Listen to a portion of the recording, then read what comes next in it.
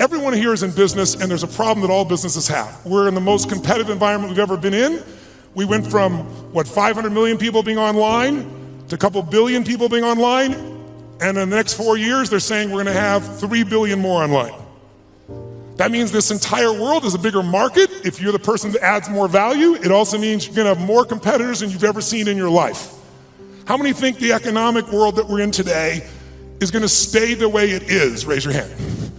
How many think that the economic environment's gonna go through seasons? We're gonna have some more ups and downs as we adjust to what's happening in the world here. Say aye. Well then if we know that, our goal, you and I as leaders, should be to anticipate that. In fact, everyone in this room is a leader of something, whether you're the leader of a company or whether you're a leader of a department, or whether you're a parent or hopefully you're a leader and not a follower. If you're a leader, you've got to exercise that skill. And so I want to talk to you about that and one of the most important skills at that. But most people don't exercise that leadership because they're dropping behind in their skill sets. And I'll give you an example of what I mean. How many of you in this room, I want an honest answer. I'd like you to yell the answer and raise your hand if you would, please. How many of you in this room have ever experienced the absolute total humiliation of playing a video game against a child? What happens when you play the child? Who always wins? Come on, who wins? Always. Why does the child always win? Is it because they're faster? Is it because they're smarter? Is it because they're stronger? No, it's because they played this game before. As a result, they have the secret to success. They know the road ahead. And if you know the road ahead, you have an incredible power called anticipation. Anticipation is the ultimate advantage. See, winners, leaders anticipate, losers react. The reason you get beat is you don't know where things are happening, so you're reacting. Reaction is always stressful. And yet so much of our life is predictable if we just were to study it, not be caught up in our day-to-day. It's predictable the challenges you're gonna have in your relationships, or with your kids, or with your body, or with your job, or with your economics, or with your mother-in-law or father-in-law. These are predictable. And if you were to anticipate these things and put a strategy in place, you could take it all out and have the quality of life that you deserve. In business, it's everything. Those that anticipate, those that lead, and then there's those that follow. The followers are the reactionaries. So the more we can anticipate, and you can't anticipate and lead unless you first learn how to lead yourself at a different level. And so I love to have you just see that if you and I can start to take control of our focus, and we can start to control the meaning of our lives and make something really that meaning that empowers us, because look, what's wrong is always available, isn't it? There's always an Ebola, a bird flu, there's always something that's gonna kill the entire human race tomorrow on TV. And then there's your life. What's wrong is always available, and so is what's right. And you have to take control of that focus, because otherwise you become the follower and you get to live your life. Even though you're a smart person, we're all smart, but it's easy to get led astray by everybody else's focus, isn't it? And then all of a sudden let them create the meaning for us. And then all of a sudden we're settling for a life far less than what we desire or deserve.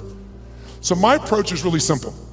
My approach is to say, let's you and I, just for a few little time we have here, because if you get fully engaged, it's amazing what you can accomplish and do. When you're partially engaged, you get a little bit of result. When you're disengaged, we all know what you get, nothing. And we live in a society where most of us are so overwhelmed. There's so much information. We're not having any problem with information. We're being drowning in information, but we're starving for wisdom. And so we gotta separate it out. And so one way to separate it out is I'd like to talk to you about 3 things that can help you increase your performance and your life. Is what can increase performance for an individual or an organization. But also I'm equally obsessed about what's gonna make somebody fulfilled. Because who's had this horrible experience? Who here has ever achieved your goal and then your brain said, is this all there is? And that's worse than failing. At least when you fail, your brain gets say, I can figure this out and do it again a new way. But when you succeed and you're miserable, you're basically technically screwed.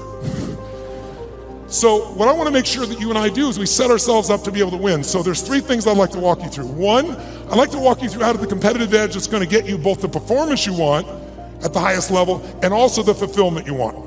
Because if you want to know my view, I can tell you there's 2 master lessons in life. Lesson 1 is the science of achievement. If you want an extraordinary life, if you want a magnificent life, which by my definition has nothing to do with me, it's life on your terms.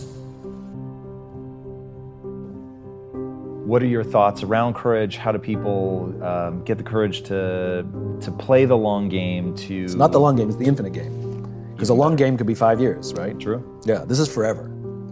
How do people build that? Everything that we're talking about in the infinite game is really, really, really, really hard. It is so much easier to build a company based on short-term ambitions than it is an infinite cause. It just is, right? It's also fun, right? Until it's not. Less inspiring, but sometimes fun, right? Hitting a goal feels good, right? It's much easier to just hire and fire people frequently, hire fast, fire fast, as to hiring slowly and firing slowly because we try and take care of our people as best we can. It's hard to build teams. All of that stuff we talked about leadership, like what am I supposed to do to build a trusting team? Well, I wish I could give you a list of 5 things. It's really, really hard to be a parent. It's much easier to be an uncle or an aunt or not have kids, right? It's hard, right? So why do it? You know, it's fun and exciting to try and beat our competitors, you know? But to have to face our own weaknesses every day, that's exhausting. You know, existential flexibility, I'd rather not. I just would rather not. You know? So the reason this takes courage to completely change our mindset, about the game that we're actually players in, and how we want to approach these things, and do we want to shift our mindset and our organizations to prepare for the infinite game, to be organized for the infinite game, it takes courage because we're going to be swimming upstream in a world that is very finite driven. You know, the pressures on us are overwhelming from Wall Street or our own egos or from internal incentive structures or our bosses, whatever it is. The pressures are overwhelming for us to play the finite game. And so how do you stand up to massive external pressure? Courage. And courage is something that comes from relationships. You know, it's external. A world-famous trapeze artist would never attempt a brand new death-defying act for the first time without a net. They would never do it. So why do we think that we could do something difficult without external support too? I've had the opportunity to meet real heroes, people who've risked their lives to save the lives of others with the belief that they were going to die, and they didn't. And when asked, why did you do it? They all say something similar, which is they would have done it for me. It's external.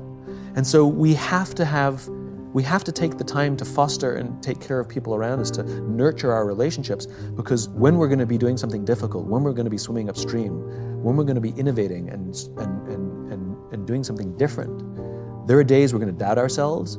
There are days we're going to get knocked in our ass. There are days that storms are going to rise, and we have to have people who say, I got your back. You need to do this. We need you. The world needs this. Keep going. I believe in you, you know? And so courage comes from not only our willingness to do that for others, but then their willingness to do it for us. And if we commit ourselves to a just cause and we're willing to do those things, then, you know, the great thing is we take a lot of people with us and change the world for the better. And isn't that sort of the point of an infinite life? To leave this world in better shape than we found it, to leave the companies that we work for in better shape than when we started, to leave our families stronger and better capable than they can do without us. You know, isn't that what it means to live an infinite life? That we can literally live on beyond our own lives.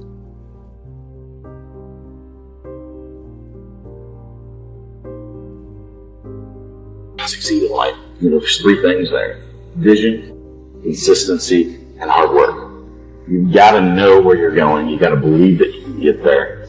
You don't realize your dreams are so important because your DNA, who you are as a person, is wrapped up in your dreams. No matter what happens, you will not quit, because quitting is not an option, because you have a why, you have a passion, you have a purpose. I have a dream.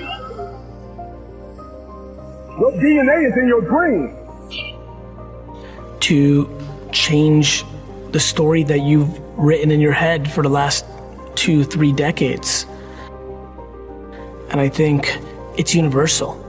I think there are very few people who don't get to a point at year 20, 30, 35 that don't start debating, wait a minute, is this what I want? Is this where I'm going? Is this how it's playing out? And, you know, to me, that is one of the most important moments in one's life. You know, many people look at it as a moment to start to get upset. Embrace and accept where you are. That what's happening right now is actually happening for you. That what's happening right now is your benefit. Because as long as I'm thinking that this relationship isn't it, this moment isn't it, this house isn't it, this career isn't it, what I'm doing is I'm putting all of my happiness on the result. Me being grateful for the moment that I have, whether it could be a bad moment, it could be, an amazing moment, because my happiness is up to me. And so my enjoying of this moment is up to me. When Tony was sharing what she was sharing, Jill, both of them got dealt with people taking advantage of them when they was little. Listen to me, man. I know you suffering. I know you hurting on the inside. You wondering why. Like, why this gotta happen to me? Why I gotta experience it? Why this person had to take advantage of me? I promise you, you are turning into a warrior. Everybody wants to judge themselves through the lens of a moment.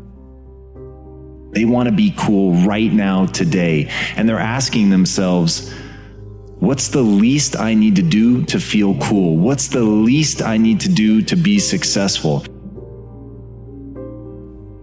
But once I stopped asking that question and I started thinking about really who I could become and really harnessing the human ability to adapt, what people need to understand, humans have become the apex predator, not by being the strongest, not even by being the most intelligent. They're willing to put in that hard work. They're willing to reframe the question from what's the least I can do to what's the most I can bear. And when you're looking at yourself on that long timeline, when you're saying, what can I accomplish over the next 10 years? What is the amount of suffering and back-breaking work that I'm willing to put in and endure in order to become something extraordinary? That's the key, is you actually have to perform. One shot as far as we know it. This is all we have got, so why waste it?